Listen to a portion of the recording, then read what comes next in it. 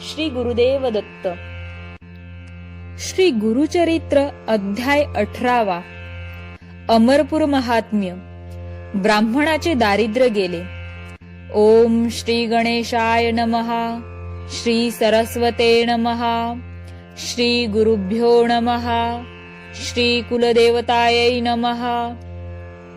नामधारक सिद्धमुनींचा जय जयकार करीत म्हणाला, अहो गुरु, तुम्ही खरोखर संसार सागर तारक आहात. श्री गुरुचरित्रामृताने तुम्ही माझे कान तृप्त केले आहेत.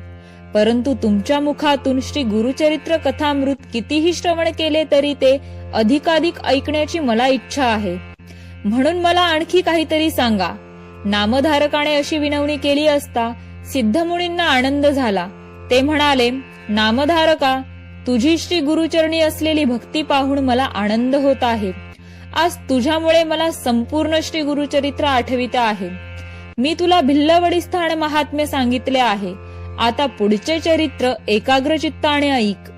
भिल्लवडी क्षेत्री काही काळ वास्तव्य केल्यानंतर श्री गुरु नृसिंह सरस्वती कृष्णा नदीच्या काठाकाठाने परिभ्रमण करीत कृष्णावरुणा संगमावर आले. त्या स्थानाला दक्षिण काशी असे म्हणतात. तेथून पुढे ते कृष्ण पंचगंगा संगमावर आले. तेथे भक्तजनांवर अनुग्रह करण्यासाठी 12 वर्षे वास्तव्य केले.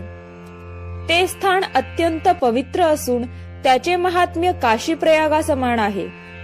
शिवा, भद्रा, भोगावती, कुंभी व सरस्वती या प्रख्यात 5 नद्या व कृष्णा या नद्यांचा संगम तेथे आहे. या संगमात स्नान केले असता महापातकांचा नाश होतो. या क्षेत्राचे महात्म्य कुरुक्षेत्रापेक्षा अधिक आहे.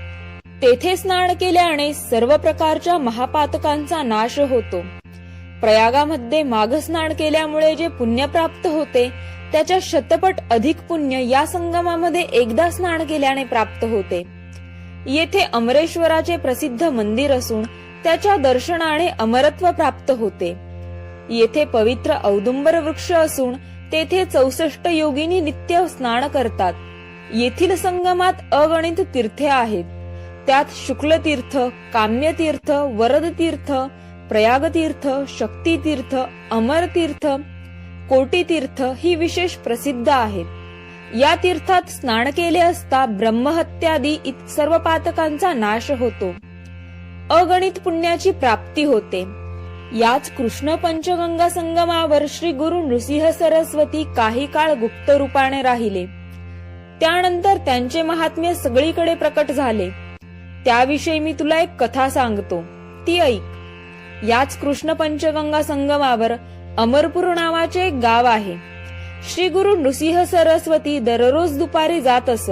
अमरपुरात एक विद्याभ्यासी दरिद्री ब्राह्मण राहत होता. त्याची पत्नी अत्यंत सुशील, धर्मपरायण, श्रेष्ठ पतिव्रता होती.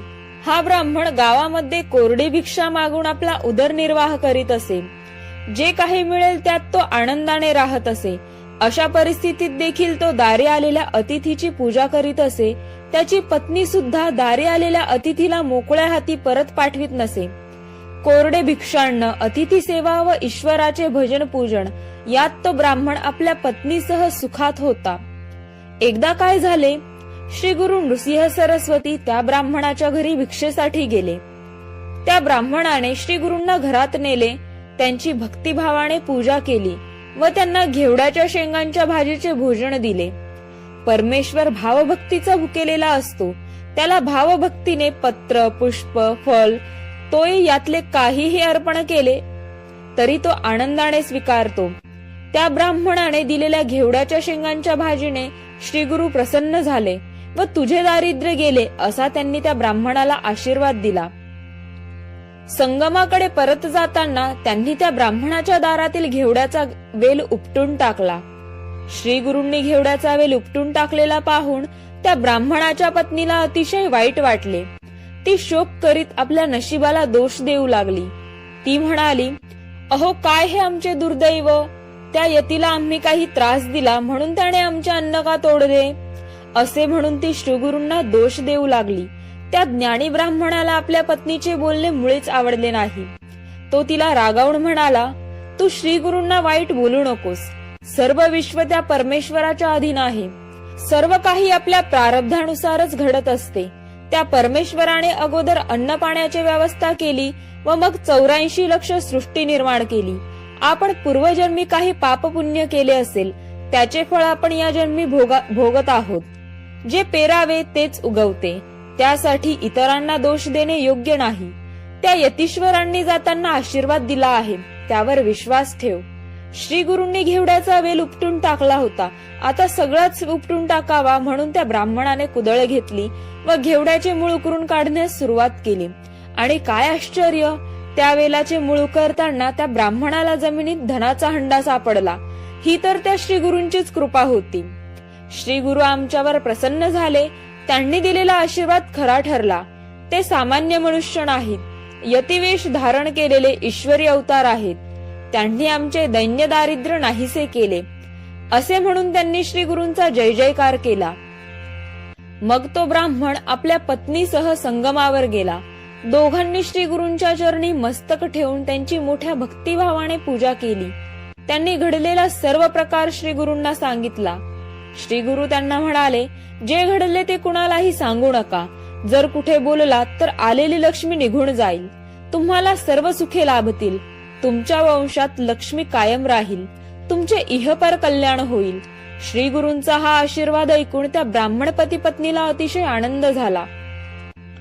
ही कथा सांगून सिद्धयोगी नामधारकाला म्हणाले, श्री गुरु नृसिंह सरस्वतींचे महात्म्य असे आहे, म्हणून त्यांना शरण जावे, त्यांची भक्तिभावाने पूजा करावी, त्यामुळे आपले इहपरलोकी कल्याणच होईल. अशा रीतीने श्री गुरुचरित्रामृतातील अमरपूर महात्म्य ब्राह्मणाचे दारिद्र्य गेले नावाचा अध्याय 18 समाप्त. श्री गुरु दत्तात्रेयार्पणमस्तु.